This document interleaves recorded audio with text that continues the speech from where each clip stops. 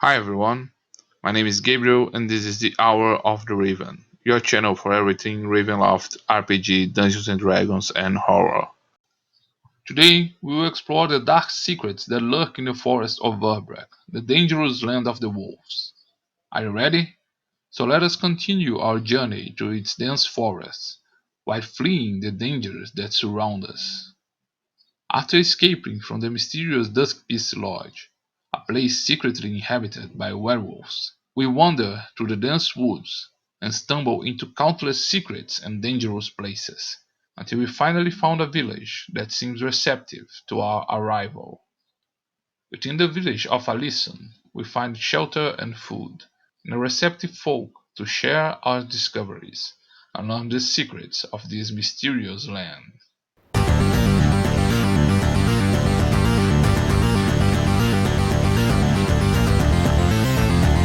Hour of the Raven.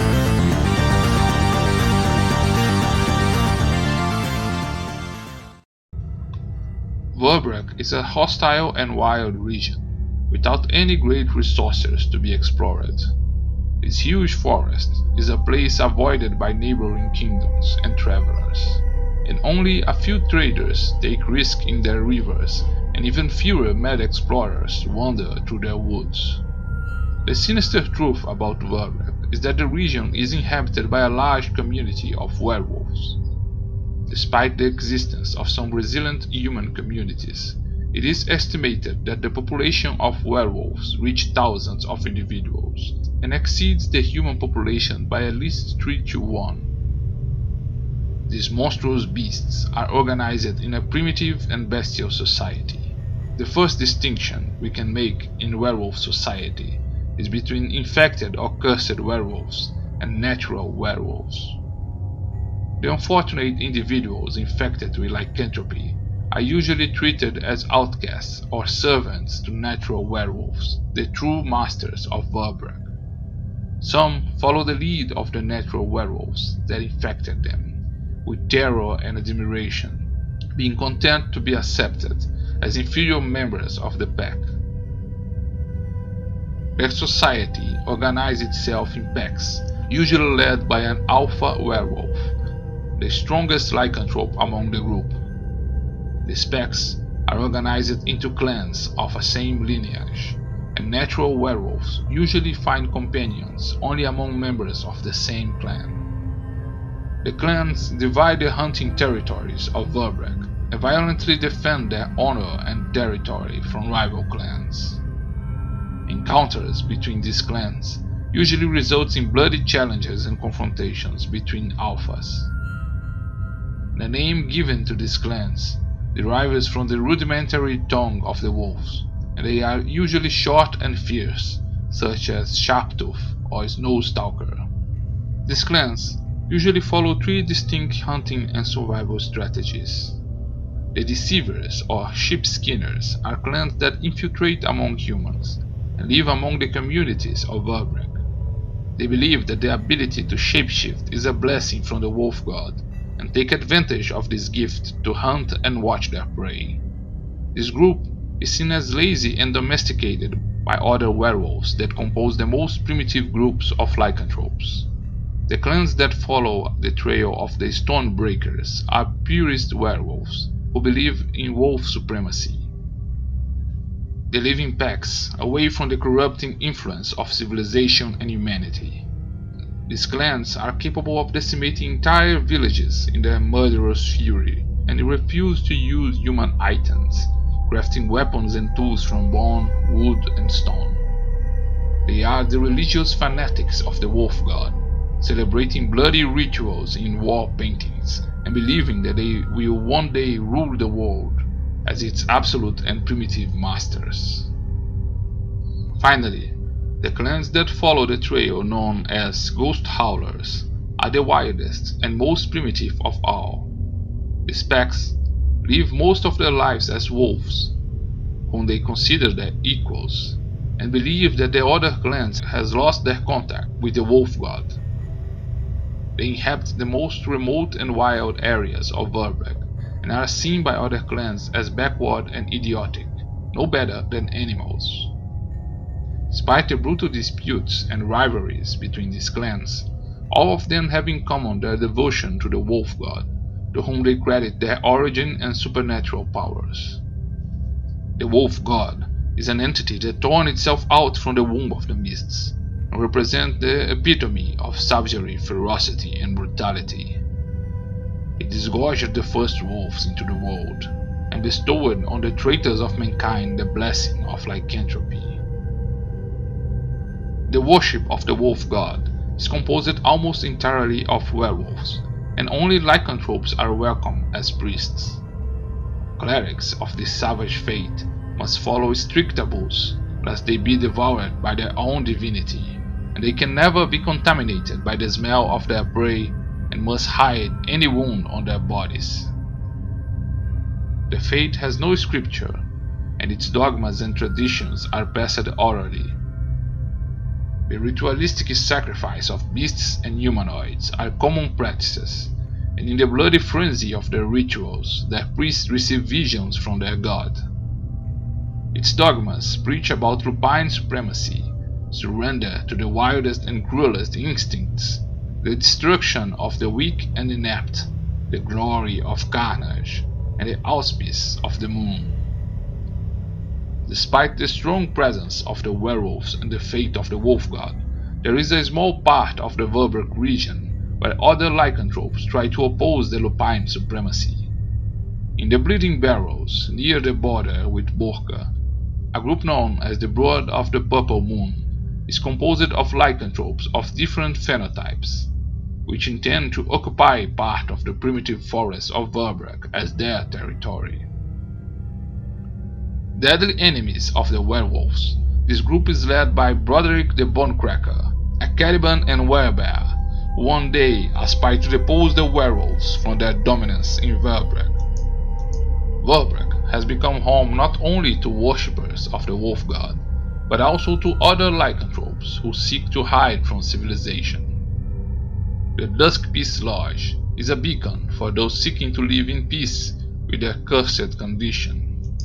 This massive stone building resembles a fortress or a prison. Our research revealed that this place is indeed inhabited by werewolves, but is not necessarily a den of monsters. The guests in this lodge are all infected werewolves who, unable to get rid of their condition, seek a safe haven away from society. In this accommodation, they gather in a secret society of mutual support and imprison themselves on nights of full moon, certain that even if they manage to escape to the woods, they will not find any unfortunate inhabitants in the surroundings. The shelter is maintained by Argent and Celia Whitmore, a couple of infected werewolves from the same lineage. Unable to find and exterminate the black wolf that infected them, they learned to survive with their condition and have moved away from society. Gradually, the Dusk Peak Lodge is acquiring fame and reputation among the cursed, and attracting as guests those who need support and relief from the horrors of lycanthropy. As we flee through the forests of Verbrek, we approach the village of Freefloat, in the northwest of the Vale of Memory, but we could not get inside. This village is perhaps the most protected settlement in Verbrek, with high palisades, gates, siege defenses, and terrible traps. Its suspicious and skittish residents survive from their agriculture and from what they collect from the woods, and are constantly attacked by wolves and werewolves. Suspicious of strangers walking in their woods, they reject our entry in their palisades and force us to continue wandering through the forests.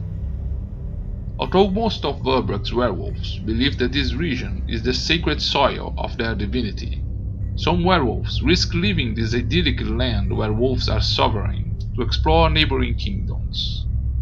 One of the most infamous natives of these lands is the werewolf Natalia Vorishkova. Natalia is a natural lycanthrope of great beauty. She was born in Arkandale, in the Vorishkova clan, who live as deceivers sheepskinners, living in the shadows of society and killing in secret. Natalia was audacious and brazen, and could not settle for a life in secrecy. she abandoned her family to live an itinerant life in the lands of the mists, and went on to kill without shame or fear of the consequences, attacking victims in broad daylight and amid streets of abusive cities. Her inconsequential life would undergo a drastic change when she met the famous monster hunter Dr. Rudolf van Richten. The hunter almost defeated Natalia, who was forced to flee the combat, badly injured. She learned to live more cautiously, but vowed revenge on the hunter. To get revenge, she approached and seduced George Weathermay, an ally and friend of Dr. van Richten. After tricking the ranger, he proposed to marry her, and George took her to his parents' home in Mordant.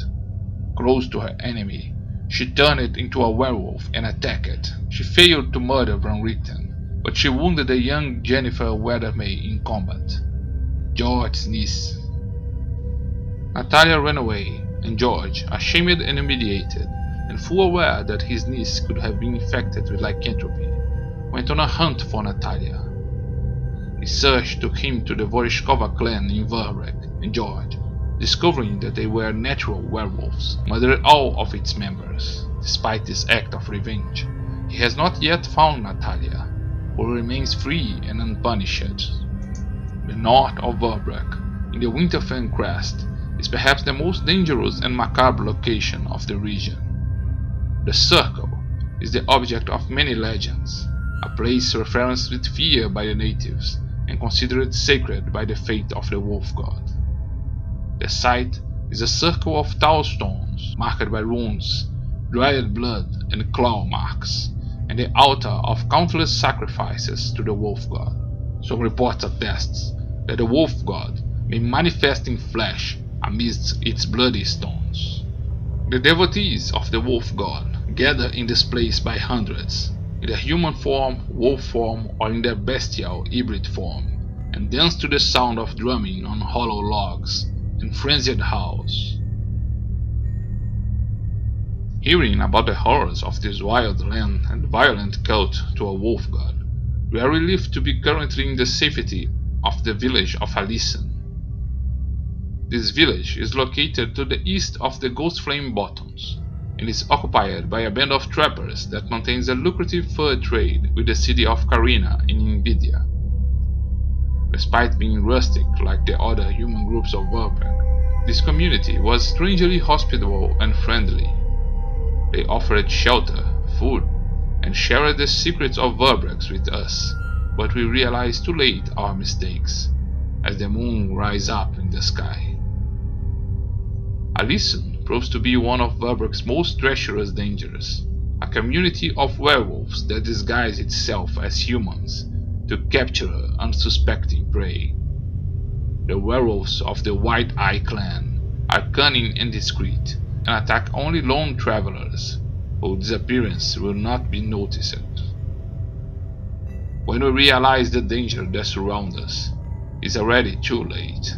We rush to gather our equipment and flee, but soon we are surrounded by dozens of wolf beasts in an impossible situation. We prepare for our last stand and for certain death. However, although we are defeated, the beasts do not devour us, as a terrible and enormous silvery werewolf emerges from the woods and orders us to be spared. Trapped by the beasts, we are taken to the forest to the Circle to be sacrificed before the wolf god.